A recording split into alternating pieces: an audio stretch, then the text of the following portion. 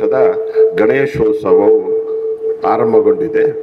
ಮೊನ್ನೆ ವೇದಿಕೆಯಲ್ಲಿರುವ ನಮ್ಮ ಸಾರ್ವಜನಿಕ ಗಣೇಶೋತ್ಸವದ ಅಧ್ಯಕ್ಷರಾದ ಶ್ರೀಪತಿ ಭಟ್ರವರೇ, ಆಳ್ವಾಸ್ ವಿದ್ಯಾಸಂಸ್ಥೆಯ ವಿವೇಕ್ ಆಳ್ವಾರವರೇ, ಲಯನ್ಸ್ ಕ್ಲಬ್ ಪ್ರೆಸಿಡೆಂಟ್ ಅವರೇ ಹಾಗೂ ವೇದಿಕೆಯಲ್ಲಿರುವ ಗಣ್ಯರೇ, ನಾವು ಗಣೇಶೋತ್ಸವ ಸಮಯದಲ್ಲಿ ಭಾರಿ ಕಾಯ್ತಿರ್ತೇವೆ.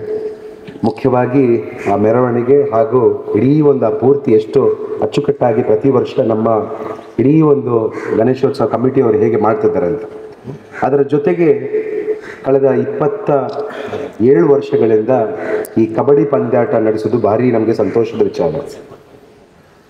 ಕಳೆದ 2 ವರ್ಷಗಳಿಂದ ನಮ್ಮ ಸಂಸ್ಥೆಯ ಒಳಗೆ ಈ ಕಾರ್ಯಕ್ರಮ ನಡೀತಾ ಉಂಟು.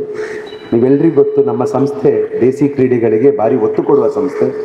ಇವತ್ತು ಈ ಪೂರ ವೇದಿಕೆಯೆಲ್ಲ ಇರ್ಬೋದು, ಈ ಮ್ಯಾಟ್ಗಳಿರ್ಬೋದು, ಇದು ಯಾಕೆ ಇದ್ದೇ ಹೇಳಿದ್ರೆ ನಮ್ಮ ಸಂಸ್ಥೆ ಇದಕ್ಕೆ ಭಾರಿ ಒತ್ತು ಕೊಡೋದಕ್ಕೆ ಎಲ್ಲ ವಿಚಾರಗಳಿಗೆ ನಮ್ಮ ಸಂಸ್ಥೆ ಅಧ್ಯಕ್ಷರು ಅದಕ್ಕೆ ಒತ್ತು ಕೊಟ್ಟು, ಸೀಸನ್ ಇರಲಿ ನಾನ್ ಸೀಸನ್ ಇರಲಿ, ಯಾವತ್ತಿಗೂ ಈ ಸೀಸನ್ ಹೇಳಿದ್ರೆ ಈ ಮಳೆಗಾಲ ಸಮಯದಲ್ಲಿ ಇಂಥ ಎಲ್ಲ ಕ್ರೀಡೆಗಳಿಗೆ ಭಾರಿ ಕಷ್ಟ ಸಂಗತಿ ಆಗ್ತದೆ. ಆ ಸಂದರ್ಭದಲ್ಲಿ ನಮ್ಮ ಸಂಸ್ಥೆಯಲ್ಲಿ ಎಲ್ಲ ಈ ಚಪ್ಪರಗಳೆಲ್ಲ ಇದ್ದ ಕಾರಣ ದಿನನಿತ್ಯ ಈ ಪ್ರಾಕ್ಟೀಸ್ ಆಗೋದು ನಾವು ನೋಡ್ತಿದ್ದೇವೆ.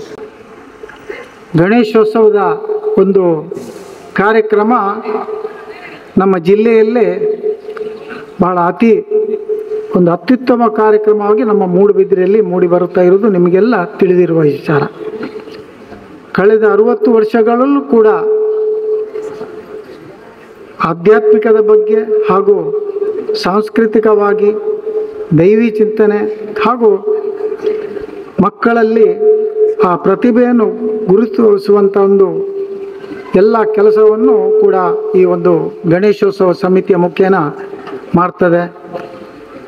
ನಾಡ್ದು ನಡೆಯುವಂಥ 7ನೇ ತಾರೀಕಿಗೆ ಗಣೇಶೋತ್ಸವ ಪ್ರತಿಷ್ಠಾಗಿ, ದೇವರ ಪ್ರತಿಷ್ಠೆಯಾಗಿ 11ನೇ ತಾರೀಕಿನವರೆಗೆ ಉತ್ಸವ ನಡೆದು 11ನೇ ತಾರೀಕಿನ ದಿವಸ ಬಹಳ ವಿಜೃಂಭಣೆಯಿಂದ ಆ ಒಂದು ಶೋಭಾಯಾತ್ರೆ ನಡೀಲಿಕ್ಕಿದೆ.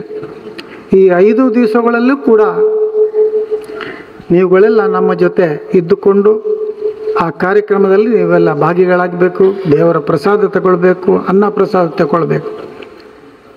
ಬಹಳ ಮುಖ್ಯವಾದಂಥ ವಿಚಾರ ಅಂತ ಹೇಳಿದ್ರೆ, ನಿಮ್ಮ ವಿದ್ಯಾಭ್ಯಾಸದ ಜೊತೆಗೆ ಇಂತಹ ದೈಹಿಕವಾದಂಥ ಆಟೋಟ ಸ್ಪರ್ಧೆಯಲ್ಲಿ ನೀವೆಲ್ಲ ಭಾಗಿಗಳಾದರೆ ನಿಮಗೂ ಕೂಡ